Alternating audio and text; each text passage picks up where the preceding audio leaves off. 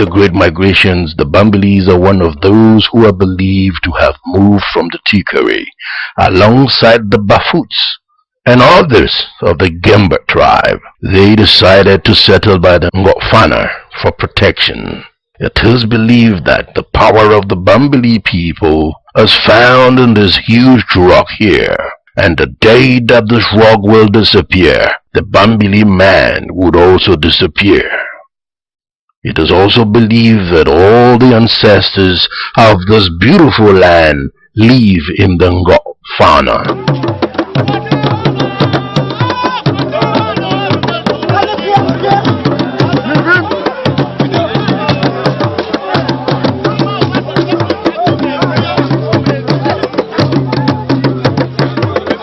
Today is a black day in this land.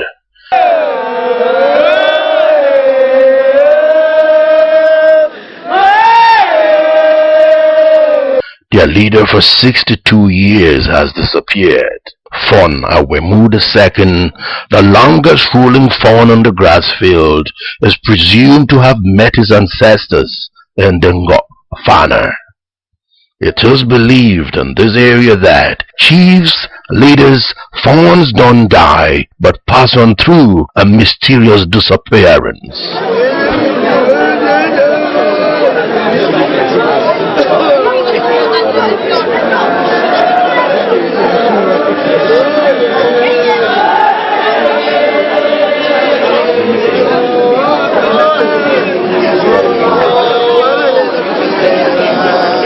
The front cut, not my camera.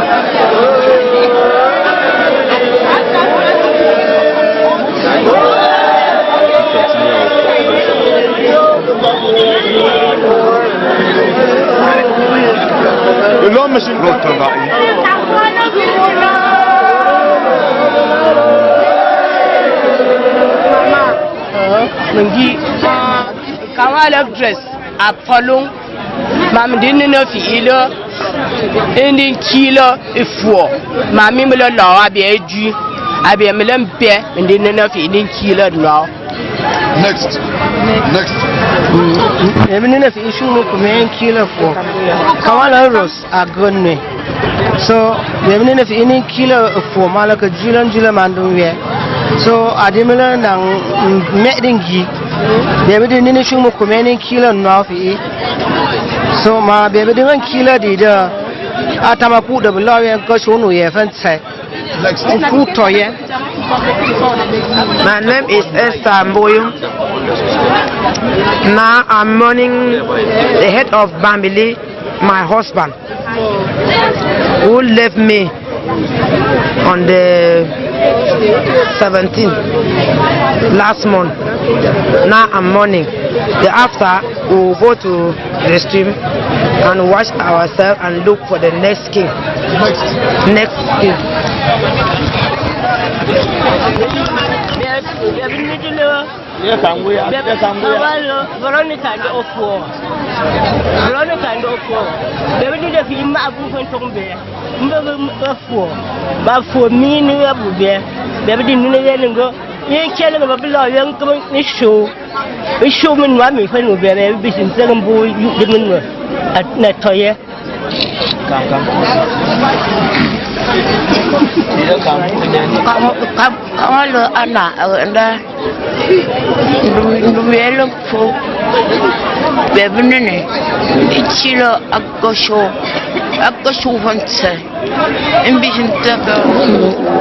I've been one of the princess.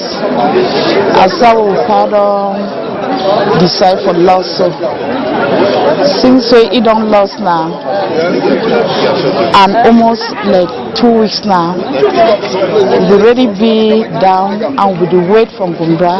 Today when Gumbra go talk say they go announce the die.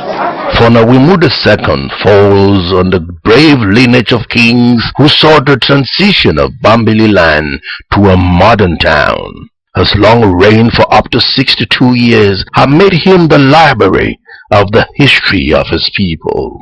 Anyway, before him was his brave father, Fontamukum I, who was noted for his wisdom in interaction with the white man.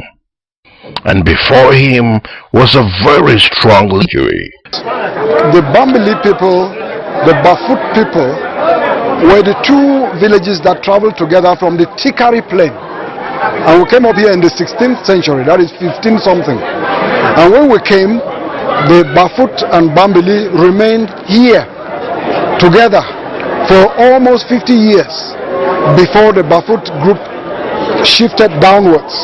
If you look at the Bafut anthem, that song, you'll see that that history is well written there, that the Bafut and the Bambili were together. So, you know, we have rights like that which run through the whole of the clan. And as I said, is the belief system. The Bambilis all around the world picked up the announcement of their missing fawn. For a fortnight, there has been an official mourning, and the bells and phones have rang all through the Bambilis around the world to rush back home for the official mourning of their missing fawn and the catching and coronation of a new one.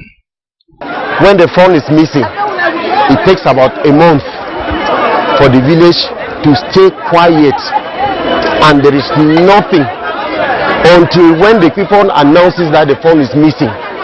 They program a date like the one of yesterday and today, and before programming they have to replace the fawn, and that is principally under the stewardship of the Kwifon. They have to search for somebody who has to take over, and when they search for somebody to take over, they keep him for 1 complete month out of touch, out of the scene of everybody. There you will definitely know that he's undergoing some tutorial lessons and how he's being groomed up. And the people now decides a day like today that this is the day they will declare an official mourning and the enthronement of the new fawn. Official mourning will begin at 4 o'clock like yesterday, and must begin by the Kwifon. Kwifon does their cry in the night, and then getting their break, they will go to the field where you found just near the palace. There are monumental articles that they have to come and deposit.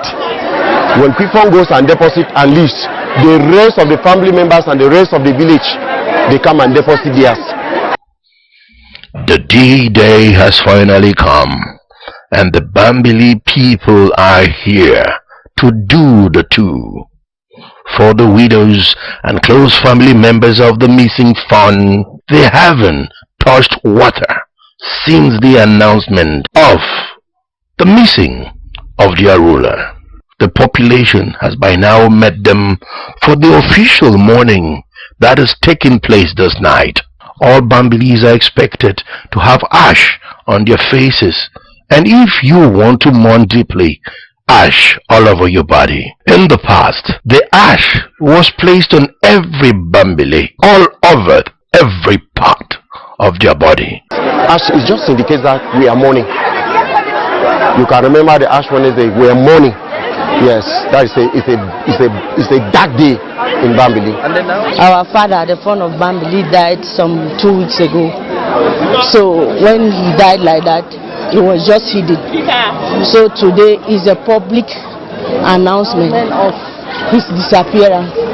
So everybody has to come in this mood to mourn him, because it is official. It is today that the Ngumba has officially announced that he has disappeared. It is 4 a.m. on the D-Day, and the announcement has already been melted out by the official announcer. The biggest mystery and the juju of the land went out with the gong overnight to make people aware of what will be happening this night. The role of the Kwifon in the enthronement of any fawn in the Northwest is paramount, and so it isn't even different in Bambili. It's all over like this. In the place in Cameroon you call Grafi, it stretches across to the western region and part of southwest region. I'm talking like Libyan. It's one and the same fashion. The Kwifon is a secret body. It is the paramount body, charged with, first of all, catching a new fawn, installing him and passing him through what I would say the traditional lab. The traditions and customs of the people around here is peculiar. But what the Bambili hold in particular on this is this morning's mourning. It is expected to bring out all neighbors of the Bambili people from far and near too. They will come together to mourn. Seemingly we have noticed that everybody is coming out with at least a gift in his hand. They also seem to be dropping the gift irregularly, without finding out who is picking up. The first rite, which began at 3:30 a.m. this morning, was the rite of sacrifice. The village had to come out and sacrifice something for others, for strangers, that is people who are non-indigenous of Bambili. The reason for this sacrifice is that we of this clan, and I must say that when we talk of the clan, we mean the group of villages that includes Bafut, Nkwen, Bambui, Bambili, Mendankwe, Akum, Awing, Pinyin. You know, that is the clan. We believe that you have to pay a lot of respect to those who come from outside. And so everything that the village brought out, only those who were non-indigenous could take it.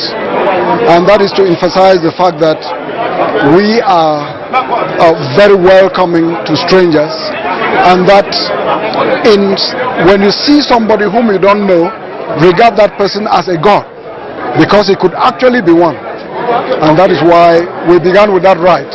There is another announcement from the Nkwifa this morning.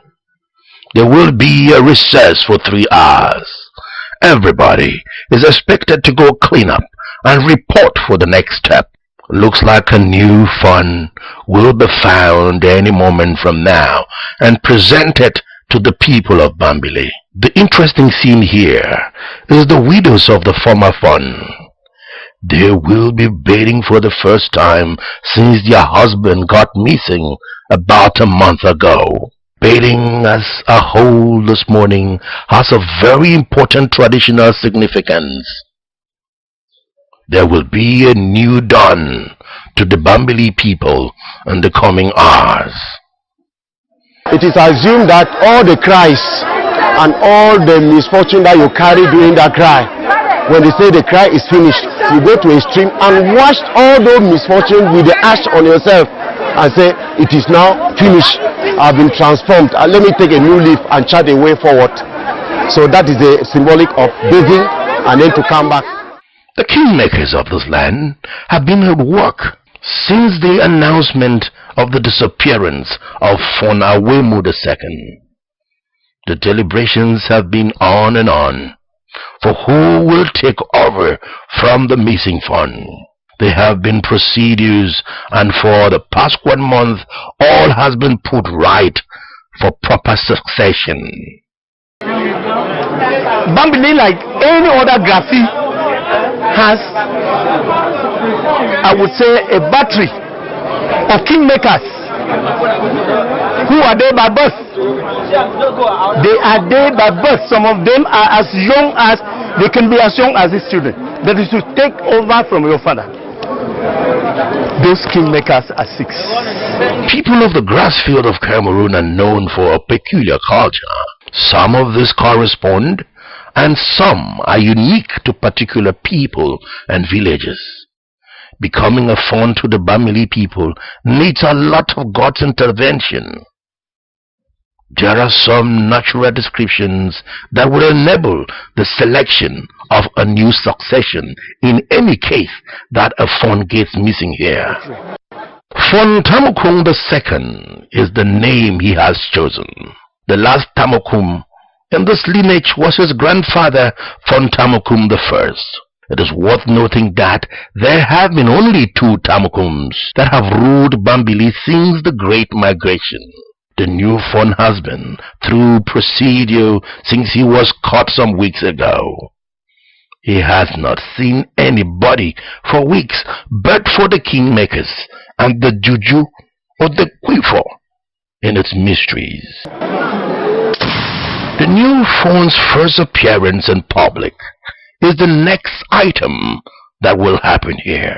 The new phone will now be presented to the Bambili people and their friends who are now present here in a proper traditional grandeur celebration. From the secret heart of the traditional Prime Minister that has been drilled with traditions and prepared both psychologically and spiritually.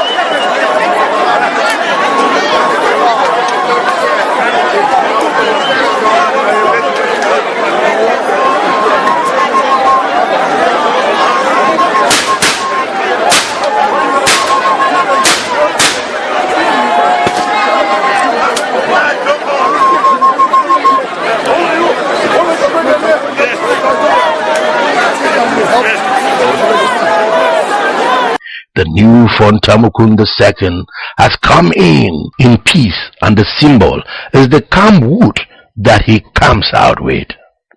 But that's the blessing. Did you get yours? Yeah, of course. I hope you did. No, if you didn't, go back there.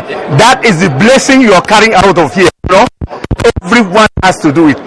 I have had to run back to the shrine to order that they go and put a quantity of it again, because people know what it is. The population knows what it is. And they have swept the place a number of times dry. And so the chief of the shrine has had to go back with more palm wood. It's like communion, you know, to us Christians. Well, it is a blessing. It's a blessing. Being a blessing, it is something which is in the belief system. And you do not explain a belief. You only say that if you do this, you receive a blessing. And once you believe in it, then you receive the blessing. And of course, you know, the village has its own traditional beliefs. This calm wood signifies the blessing of the ancestors, whom, as a matter of fact, he represents. After the first announcement of the new phone, there is another recess. This time the people are waiting for the fund to clean up from the state of preparations that he has been since his father died. The people now will gather at the palace square awaiting him. Here comes the new lion of the Bambili people. Long live the king. The shooting of the stone is transforming our power. We're giving him the power that no matter who cannot try, he thinks that he can even poison or do anything, it won't work, because it is assumed that the whole village have gathered their power and given to him, that he should be able to rule them. It is the strength. The village finally gives him the strength he needs. He comes out today as a lion. Yesterday he was a mere boy, a mere high school teacher. Today he's the lion of Bambili. The stoning is very symbolic. Now, it means that he is psychologically prepared for all the challenges that he will find on the throne, and again for all the abuses that he will find from the population, that people will talk to him. Some people might even challenge him and even want to take him to court. But he should be strong and stand very firm on it. So that the stoning was to kind of empower him psychologically to face challenges and to face the population anytime. The celebration of the coronation is now in full gear. The traditional dances, traditional rituals, and merrymaking are on the hip of the agenda. The new king wouldn't be at the ceremony for long, but will soon return to his inner chambers, where he will stay with his fellow funds of other neighboring villages who have come to see this coronation take place in this palace. In our tradition, only the child who will be born in the palace as from today can have right to succession. The children that he has had before have no right to succession. Only the child that will be born in the palace. And the tradition is that a new wife is given to him as he enters the palace, and it is with that new wife that the successor is brought to life. But if he chooses and said, no, I continue with my wife, and well, then whoever will be born in the palace will take that right. But it's something which is very, I would say, extremely individual, but more or less the fund may be advised into having another wife, except there is no other wife who comes in. But the first wife that will be given to him as he has entered the palace is the one who will give birth to the successor. But, for example, if at the end of his reign, may God grant him a very long reign, the kingmakers look at the princes, they can choose any of his children. That is now the prerogative of the kingmakers. They said, no, well, these are his children. We choose this one because he's the one who is going to take the village forward. So the kingmakers can ignore all traditional considerations because of the village. And that is why of the kingmakers, there is no prince or anybody connected to the palace. A fund can decide something for himself, by himself, even against the people.